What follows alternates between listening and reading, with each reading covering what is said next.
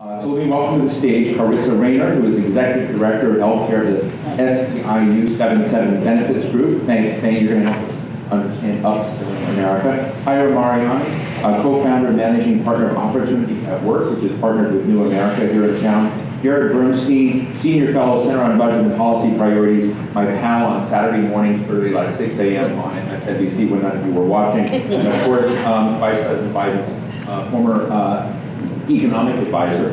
Let me start with you, Tyra. When we're thinking about what you're doing with Opportunity at Work, and you played so many roles, essentially as, running large institutions, trying to move the needle on not only skills of workers, but sort of matching and overcoming the bridge between, those that are unemployed and unemployed. After all the experiences you've had and given what you're doing now, why aren't we more successful?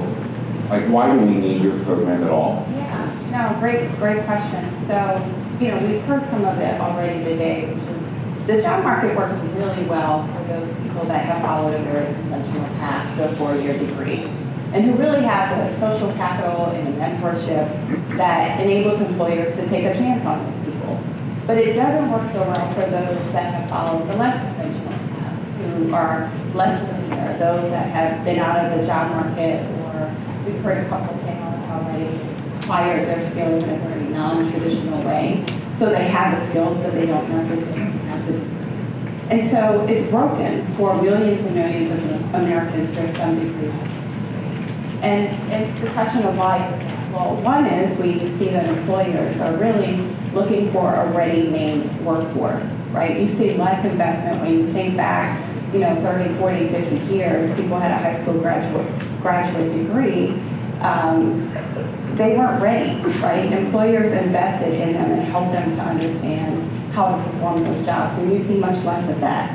In times of a recession, the workforce gets cut. It's one of the first things to go. It's the easiest way to cut expenses.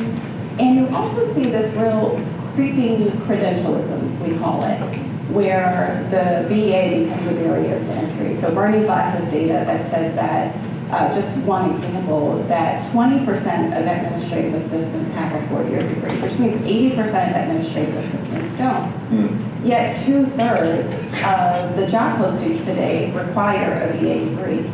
So that means 80% of those that are currently in the job, no matter how on top of their game they are, can't actually apply for the job. So you see that people are feeling stuck and they're not seeing a way out of the jobs. In fact, voluntary job moves are down 28%. That people aren't able to move. And So can we drill into that just for a second? Yeah. I don't mean to interrupt. What I don't understand is, I totally get the creeping credentialism and that it seems that employers have the power in that relationship, that they can set a standard. But, as I just polled the room, or as I've been in many rooms, there are lots of jobs opening. Yeah. Why is that behavior by employers not crippling? If they can't fill these positions, if they are acquiescing to a kind of credential-based as opposed to a skills, a different form of skills-based thing, particularly with low-end jobs, why isn't that, why aren't employers then compelled by the absence of labor to change their behaviors? Like, why isn't that working? Well, because in a real sense, they're not incented to do otherwise, that it's easier to poach than it is to invest, right? It's easier for me to find someone else that has a job in IT already, and we're looking for 3 to 5 years experience, but we don't think about how to grow the pie. It's easier in the pressure of the bottom line and meeting earnings demands to poach talent than it is to really invest in talent and think about those on-ramps, because that sort of thing takes time. Jerry? Well, I just wanted to add that one of the things you see right now kind of really jump out at you from the data, and I think this is probably the most concerning statistic in a pantheon of numbers that help you evaluate the economy, is very low productivity growth. And what we're hearing actually may connect to that in the sense that there's less churning, less upskilling, less kind of, as you framed the question, Steve, less ability to find the kinds of efficiencies that employers have found in the past because they're not investing in their human capital the way they used to. Fascinating. Charissa, you both of you run big programs, but you run a program in Seattle in the healthcare space. You're not a union, but you're sort of a partnership, as I understand it, of employers and trainers and workers. So what insights have you gotten for the dysfunction that Jared and Tyra were just talking about? How are you solving that dysfunction? So we have a registered apprenticeship program, and we're experimenting with registered apprenticeship. And the reason we're experimenting with registered apprenticeship, and this is for home care aides, which is the nation. Can you explain what registered apprenticeship? What is that? Registered apprenticeship. Regular apprenticeship. It's the new old apprenticeship. So if you that helps. So if you went back in history, how did people train for jobs? Sorcerers. They didn't go to college. They went to, if you go back to 1870. They were guilds. Yeah, which was the first year we started collecting data about college enrollment in this country. 1% of the population was enrolled in college in 1870. Something changed. In 1870, people were training for jobs through apprenticeship. We, over time, switched over to more of a college-based model. Now we have double-digit dropout rates. We have student debt accruing at $3,055 a second. We have people who can't find jobs, and we have employers who, even if they hire graduates, aren't that pleased with the skill set. So what gives? I think that what gives is we just have a disconnect between competency-based education and time-based education. Employers, I think, are hiring people with college degrees because it signals to them something that you might be ready. Right. But then they are not that pleased. So what's the alternative? The alternative is to create a system like apprenticeship, but it doesn't have to be apprenticeship, that's competency-based, meaning that workers are gaining actual competencies that have currency in the marketplace, which is different than degrees and different than certificates. And employers are hiring for those actual competencies rather than some proxy for the competency like a degree. So take me through your program. If I were had gone and I was going to be a registered apprentice, what does my profile look like? So give us the human picture. So if you were in our program, you've come on to work as a home care worker, which is actually America's top job, creating more new jobs than any other in the foreseeable future. So are they an independent contractor? They are not. They have an employer, or the state of Washington as an employer of record, which we won't digress because that will get geeky really fast.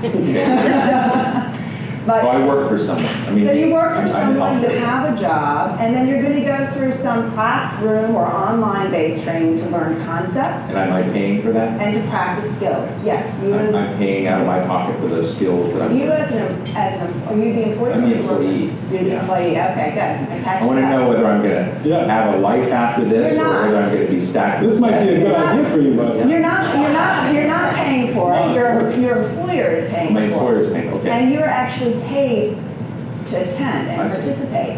And after you complete your classroom days, which could be online training, you're actually going to go on to the job and work. And so that's why apprenticeship is a learn while you earn, right? And you already have a job set up. So you should not have a pervasive problem with underemployment or unemployment in programs like apprenticeship, because you should already have a job guaranteed at the time that you enter the program. That's not always true, but that's the idea. And is in that social contract that I now have with an employer in my workplace, do I owe them a certain number of years, or can I go work for Innova and leave you? I think it all depends. It can be designed in different ways. Someone else, I think it might have been CBS or someone else who said, look, we're happy to overtrain because it's good for the industry, and to the degree that the entire industry is doing this kind of investment, that's good for all of us. And what Charissa is really highlighting is just a collective action on behalf of employers. So to your question of, you hear employers say, well, I don't want to invest in training because that person's going to leave in 2 or 3 years. But when you start to see a collective action on behalf of employers that says, let's grow the pie and let's think about how we can collectively invest in our people, that there are more people in the workforce now to be upskilled, then you really start to see a change in the system itself. So. Tyra, in your program, is most of that focused on high tech? Are you looking at tech workers mainly? We are focused on information technology jobs as Right. an occupational category, and it's the one category that spans industry. So this isn't just about the tech industry of the Google and the Facebook jobs, but this is also looking at State Farm and CVS actually, who's a tech hire employer, Capital One, in the finance industry, manufacturing industry, whatever company you go to, there are tech jobs there. So it's 12% of the open jobs today, over 600,000 jobs, and that number is actually only growing. And it's also an area where 40% of the IT workforce today does not have a four-year college degree. So when we're thinking about pathways and opportunities and getting the skills you need that then gets you in the door, IT presents a great opportunity, and just a great opportunity. So how does it work? I mean, I'm trying to understand what role you play in solving a market failure, right? So you see a market failure, you're not able to, create the up-ramps for a certain class of competent person because the system is stacked against them because they don't have the right credential. So are you seducing companies into saying, we're gonna trust you to grade these people and bring in a different kind of credential, or you're gonna find different sorts of competencies that they have, and you're essentially becoming the blender to bring these things together? Is that what role you're playing? Yeah, so we're playing more of what I even call a market architecture role, in the sense that there are 31 communities around the country who made a commitment to an initiative called Tech Hire, which is better connecting people that have the skills and training that can do the job to get the job with employers who have a need and have made a commitment to Tech Hire and say, I want to hire primarily based on skills and competency over the pedigree. So they are willing to expand their hiring channels that really makes visible those people that have previously been invisible to them. So we are working with those 31 communities who represent literally hundreds of employers around the country that are building the ecosystem, and our role has been helping to really plug those gaps when you think about what it takes to create high quality training pathways that lead to jobs. When you think about the collective action that I mentioned that's necessary on behalf of employers, our role is really connecting those partners, those tools, those resources, and investing in solutions that we know will make the market work better than it does. Have you had any great successes yet? We have. Well, What we're are seeing they? promising proof points all around the country. Anything tweetable? There's always something tweetable, Steve. I think about, there's an organization in St. Louis called LinkedIn. And, I'm sorry, Launch Code. Another one? Another Launch Code. Yeah.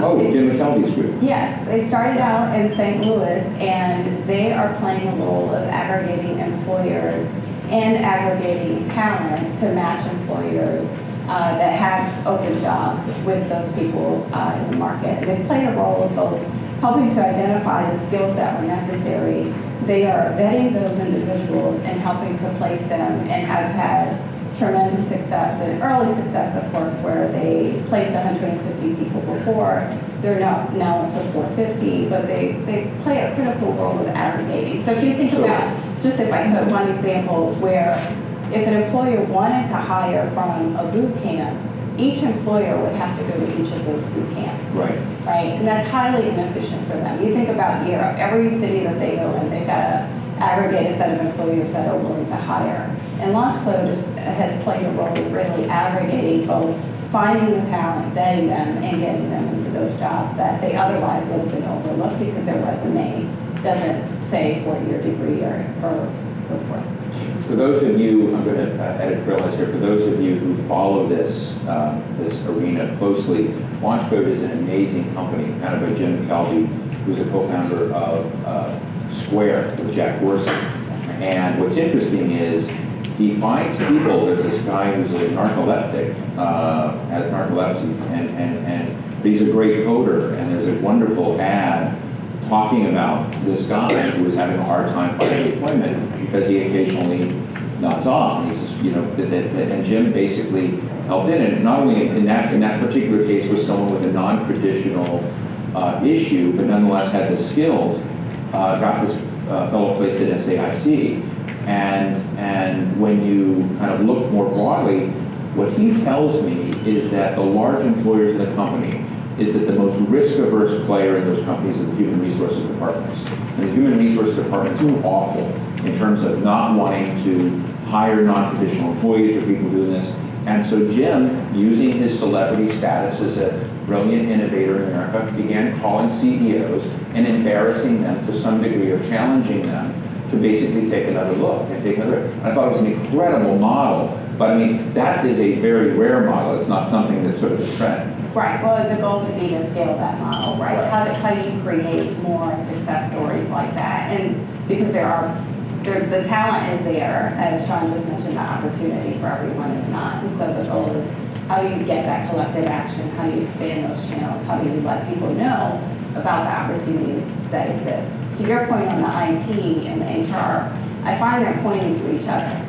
So you see the HR people saying, well, we know that we are leaving qualified people at the door, but the IT guys won't let them in. And the IT folks are saying the same thing. The HR folks are so risk averse, they're screening out. So they're pointing right to each other, and people are not getting hired, and you don't see the diversity. You see jobs that are going unfilled. To your point, there's a high business need for it, but you're not seeing that collective action and really change in behavior, and that's what's Can I jump in? Yeah. I think that the type of market-based solutions that you're describing are fabulous, and the thing that they do best is they leverage an education or training platform that's competency-based.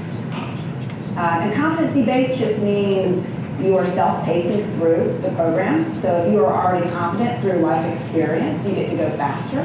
If you need more time, you get to have more time. I mean, there's something kind of perverse about time-based education when you think about it, because we all come to education with different competency, and we all have different paces of learning. So why in the world would we think everyone who starts, at 12 o'clock should finish at 6 o'clock with that kind of diversity is really interesting. And the other thing I wanted to say is an earlier speaker said, well, apprenticeship or competency-based training, we're not going to be training neurosurgeons. There's this really fabulous case study out of India, a healthcare system in India, where they needed to train healthcare workers, entry-level healthcare workers, to supplement the physician workforce in diagnosing corneal transplant candidates. And so they took these entry-level healthcare workers and they put them through basically a short-term competency-based training program. And guess what? The graduates from that program performed better on diagnosing X-rays than physicians in the Royal College of Ophthalmology in London. So, It was a fun little moment. it's amazing, So who do you want? It's really interesting how we move past a time-based model and towards a competency-based model, regardless of whether it's apprenticeship or whether universities who are moving to this area or platforms like General Assembly. Jared, let me ask you a question. You're an unusual amalgam of macro and micro, and you have a soul. And you think about, because one of the things we're talking about some micro level changes that if you scale might have opportunity. But as you know, the economy is sort of it produces results that macro realities help produce. And so I'm interested in, are there things happening in the economy? Are we seeing more and more freelancers? Are we seeing more and more people that are free agents in the system? Are we seeing companies abandon their traditional role?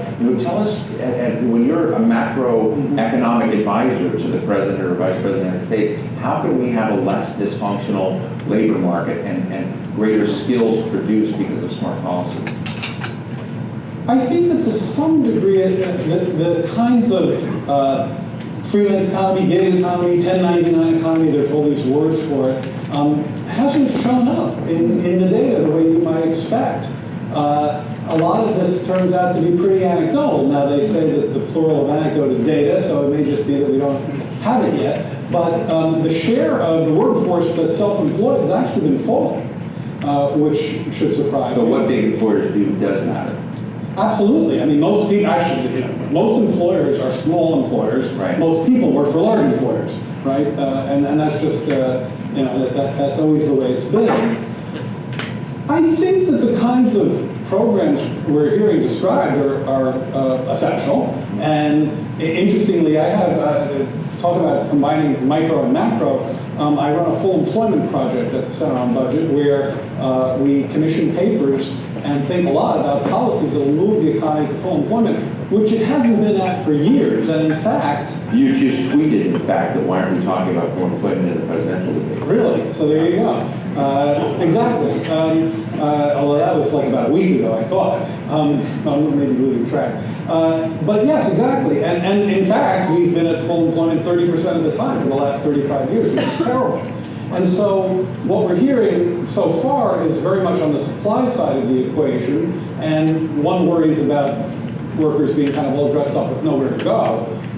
However, that said, we commissioned a paper by Bob Lehrman and Harry Holzer on apprenticeships, because we think they're so important in terms of what we've just heard on the panel. But I do think that simply the quantity of jobs that are being created in the macroeconomy is a part of the problem here, and that the unemployment rate has been really pretty high for a long time. Right now it's low as measured, about 5%, but really that's probably biased down by maybe almost 2 percentage points, having to do with a lot of people who are out of the labor force and a lot of people who are involuntarily working part-time. So there is a concern that if you want to make the kinds of ideas we're hearing about work, you have to get the demand side right also. It's not just about if you build them, they will come. If you have really smart, creative workers who are appropriately and trained in the nuances that employers are seeking, they won't necessarily get work unless we have a stronger demand situation. And that brings you to Federal Reserve and fiscal policy and trade policy, things that we've talked about on other panels. But I think you're right to bring in the macro here. And Listen, how would you, when you talk about apprenticeships, what kinds of things can be done to sort of further that move? And I want to ask you, maybe this may be an out of left field question, but when the Atlantic has done programs on sort of reinventing the workforce in Virginia, Ohio, Massachusetts, Pennsylvania, we've kind of gone into the heartland and worked with community colleges and workforce programs and private sectors. Every one of the governors I've said is that they have a problem encouraging this in case of manufacturing, which I know is different than apprenticeships, but there's some links there, that there's a stigma. There's a stigma that many parents feel that they don't encourage their kids to go in this route. I'm wondering if apprenticeships or these different models of employment carry a stigma that it's not as good as the four-year track. It's not something we should be doing. And every one of these governors I talked to said that they're considering marketing and communications plans to sort of re-celebrate this whole important employment sector. We heard Barack Obama out talking about 2-year degrees, so there sounds to be like there's this need and clamor for a different sort of attention. So have we attached a stigma to the kinds of programs that you're talking about that needs to be overcome, and how would you overcome? Yeah, I mean, I think that most kids, and for that matter, many working people who want to get a leg up think that college is their ticket out. That's the branding, that's the narrative that we've all. So what they're stuck with and left with is stuck with. Yeah. And so I think it does require maybe a brilliant marketing and branding effort, but also just time. I mean, you have a situation where a recent poll, 18% of college graduates with $50,000 or more in debt said that their degree was worth it, 18%.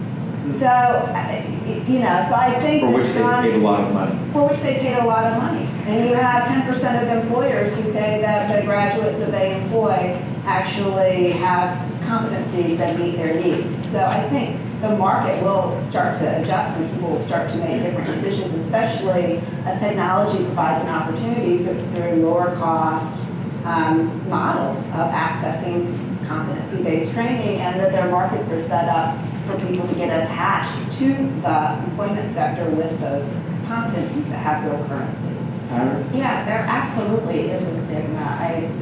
Having been in education for well over a decade, I feel like we've swung to the other side that unless it's a BA, it's not enough. And it really is, and in fact, if you listen to the president, it really is about some post-secondary attainment. And there is a lot of information. In fact, Facebook just announced that they are targeting parents in order to get to the students and encourage more people to, major in computer science and learn to code and things like that. But there's a lot of information about those jobs. When you hear even advanced manufacturing, you think,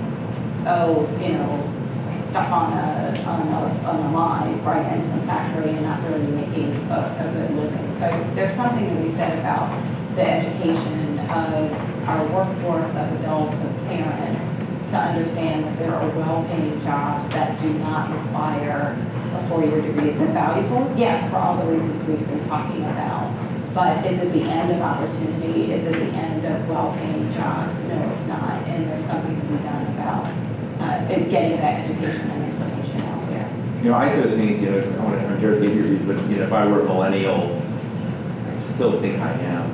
But if I were a millennial at Miami-Dade, I have to say that, when you were talking about apprenticeships and, this is the new old register, whatever, the apprenticeships to me actually sound cool, right? It sounds like a new, cool way to get an employment track. Now, I may not reflect the general attitude out there, but it is sort of a revived notion, which sounds cool and different that the Germans do that maybe we should do, right? Well, there's a lot more of that going on in Europe, and I think somebody mentioned earlier, because you, Steve, talked about the guilds that date back to as far back as we have records. We're talking, 1700s. So it is a new, to the end of the new idea, it's a new old idea. I think the framing needs to be really kind of shifted, such that we're not thinking so much about college versus 2 years versus apprenticeship, and much more about on the macro side, thinking about what kind of inputs do we need, to the economy from the perspective of the labor force. Some of those, and by inputs I'm sort of talking about people, but some of those are going to require dozens of years of education when you're talking about physicians or something like that, and others are going to require a much more focused and much shorter term kind of arrangement of some of the types you're hearing here. I think the problem is that we've gotten into a mindset that has kind of hurdles that become signals. If you've jumped over this bar, you've signaled that if you've completed that, you've sent out one appropriate signal to employers, but not enough. And then if you've gone a bit more, that's a different signal. And then if it's a 4-year degree, that's another signal. That's just not the right way to think about it. The right way to think about it is what are kinds of broad needs that employers face, and what kinds of training structures can we have in place to meet those needs. One of the real advances in this space that we're talking about is what I believe is called sectoral employment training. We used to train people for the workforce in ways that really were pretty disconnected from the workforce. And now what we're trying to do is go into a community and figure out what's going to be needed in terms of labor supply around the corner 5 years from now. So yes, we're thinking about building a hospital, and we're going to need lab technicians. We're going to need someone who knows how to take together and take apart and put together an MRI. That's the kind of much more targeted, focused connections that we need to make versus a 2-year degree means this, a 4-year degree means that. And I completely agree with you, but to your point earlier, until employers start to send a signal that says we're looking for more than the 4-year degree, that the talent has a way to signal their skills, and employers have a way of looking at the skills rather than using the pedigree as a screening mechanism, then you will see parents and adults continue to shift their kids towards the needed degree. Before I go to the audience, which I do want to do if you were to, in a fantasy land, to moderate a presidential debate in the future, what question would you ask the candidates about overcoming the skills gap? How would you frame it, Jared? You're the pro. I think that I would probably kind of try to reflect the conversation we're having here. So I would challenge the candidates who, at least on the Democrat side, really quite explicitly are saying, college is the answer. And I get where they're coming from, which actually makes a lot of sense. Where they're coming from is that middle-class families are really squeezed paying for college. And one of the things you do when you're running for president is you try to get middle-class people to vote for you by telling you the things that you give them that resonate with them. And so I would say, I would probably point out the following. I would say, that's great, and I'm really just talking to the D's here because I really don't get the R's. I would say, okay, free college or college without debt if you're Secretary Clinton, free college if you're Bernie Sanders. We know that the hourly wages of recent college grads in real terms have been flat for about 10 years. So what you're suggesting, candidates, aren't really going to solve the problem the way you think they would, in part because we're not providing people with the skills they need to meet the demands in the current workforce. So what are you going to do? And I think that would just be a huge question mark for them, because I think their mindset is like the one we described a minute ago, which is basically, if I can help you finish your college, I'm done. Cool. Yeah. That's interesting. How about you, just real quick? Yeah, so I'd ask, with 5.8 million open jobs today, what can they do to, in the short term, help meet the demand of those jobs and better connect education and training institutions with employer needs? How will they do that? That's less than 4 years from now. Charissa? I would frame it, these are both terrific framings. I'd say, with the Bureau of Labor and Statistics reporting that only about a quarter of jobs require a college degree, what are you going to do about everyone else? Great. I think it's very, very interesting. Let's go to all of you. We only have a little bit of time, but right here in the front. And we need to go really quick because they're already giving me the hook. Yeah. My name is Martin. My question is sort of framing another way of looking at it. We're building tomorrow's workforce, and we only train people for the immediate jobs. Right? We're doing them a disservice. So what we're really talking about, I think, and maybe you can comment and agree or disagree, is a perpetual lifelong learning system that we have to build into the entire system of education and workforce training, so that when you build this job and it becomes obsolete because of automation or whatever happens, it's the next big dislocation. You're ready, willing, and able to take the next one. Beautiful question. How do we build nimbleness in the system? One thought is, it is kind of curious to me, I think you two know more about this than I do, that it's curious to me that employers just seem to do so much less internal training than they used to do. And to me, if you want to make sure that your workforce has the nimbleness and the flexibility to advance with incoming demand, you'd be doing a lot more of that. So it's kind of a head scratcher. You just go to Joel real quick. We're going to do these lightning round. Yeah, lightning round. Go ahead, Joel. Hi, Joel Yudkin, High Road Strategies. First, I just finished a study last year on unconventional shale energy supply chain workforce, and one of the things that came up again and again when we talked to people in the workforce space across the country was this problem of this stigma, or the thing that they were facing. Most of the jobs in high demand were trade jobs. They were not educated. But I wanted to get the question to you, Jared, because that's a classic case of demand-driven growth that was driving the demand for those type of jobs, and therefore the training program was installed. What do you think?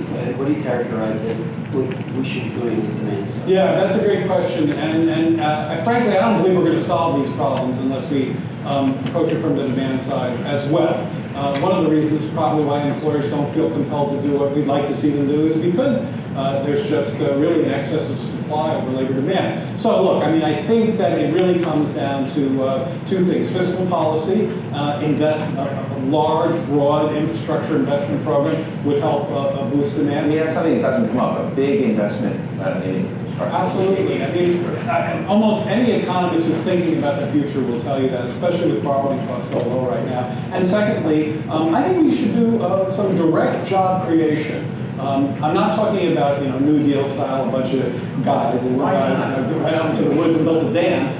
Because I think, given today's labor market, it's probably more important to subsidize employment at for private employers. That's actually been pretty successful in the recent past. More of that would help replace some of the demand that we're not seeing in jobs. Quick comment. Well, I would just say that I think where the future is going to take us is we each have a portfolio of competencies. Today we think of them as digital badges, tomorrow it'll be something else. And so, I don't lose a job because there's automation. My certain competencies are no longer applicable, but there are other competencies that are still applicable. Right. And then I build upon that portfolio. Harold, you say, Joanne, real quick. Sorry, quick question regarding yesterday's conference at the Urban Institute, which Bob Blair was there, and talked about these acronyms, CSR, corporate social responsibility versus ROI.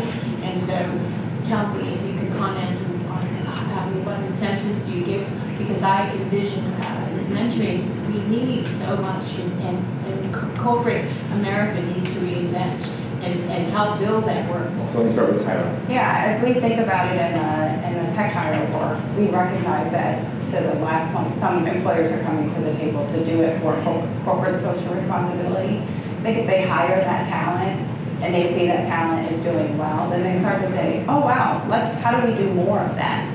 And you start to see a greater investment. So it moves from CSR to fulfilling a real business need in a scalable way. Yeah, it sounds way that it feels like philanthropy, and that it's going to walk differently, right? Totally. So, Jean-Francois Boisson, the last question here, and then we'll all hang out with you, have more coffee. Thanks. A question about the apprenticeship programs in Germany. I've lived there for 5 years. It's really a medieval type program. A medieval type not program? the 17th century, but Is that a positive comment or a negative? In the sense, it's very positive in the sense, but most people are not apprentices with Siemens, they are apprentices with trade people, and you choose a profession for life. I mean, you are 14 years old, you go as an apprentice plumber, you are going to be a plumber for life.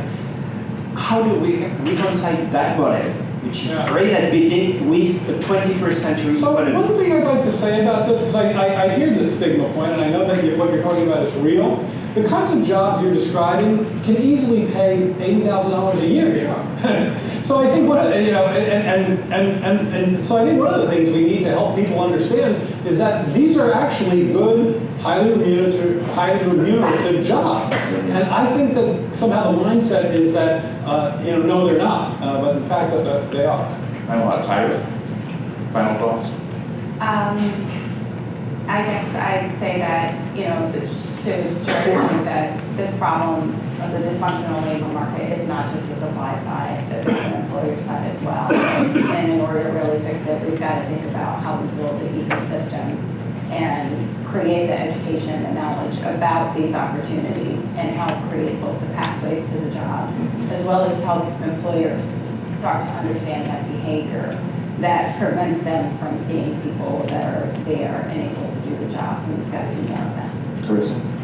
All the workers I work with, home care workers, if I ask them, what did you value most about your training program?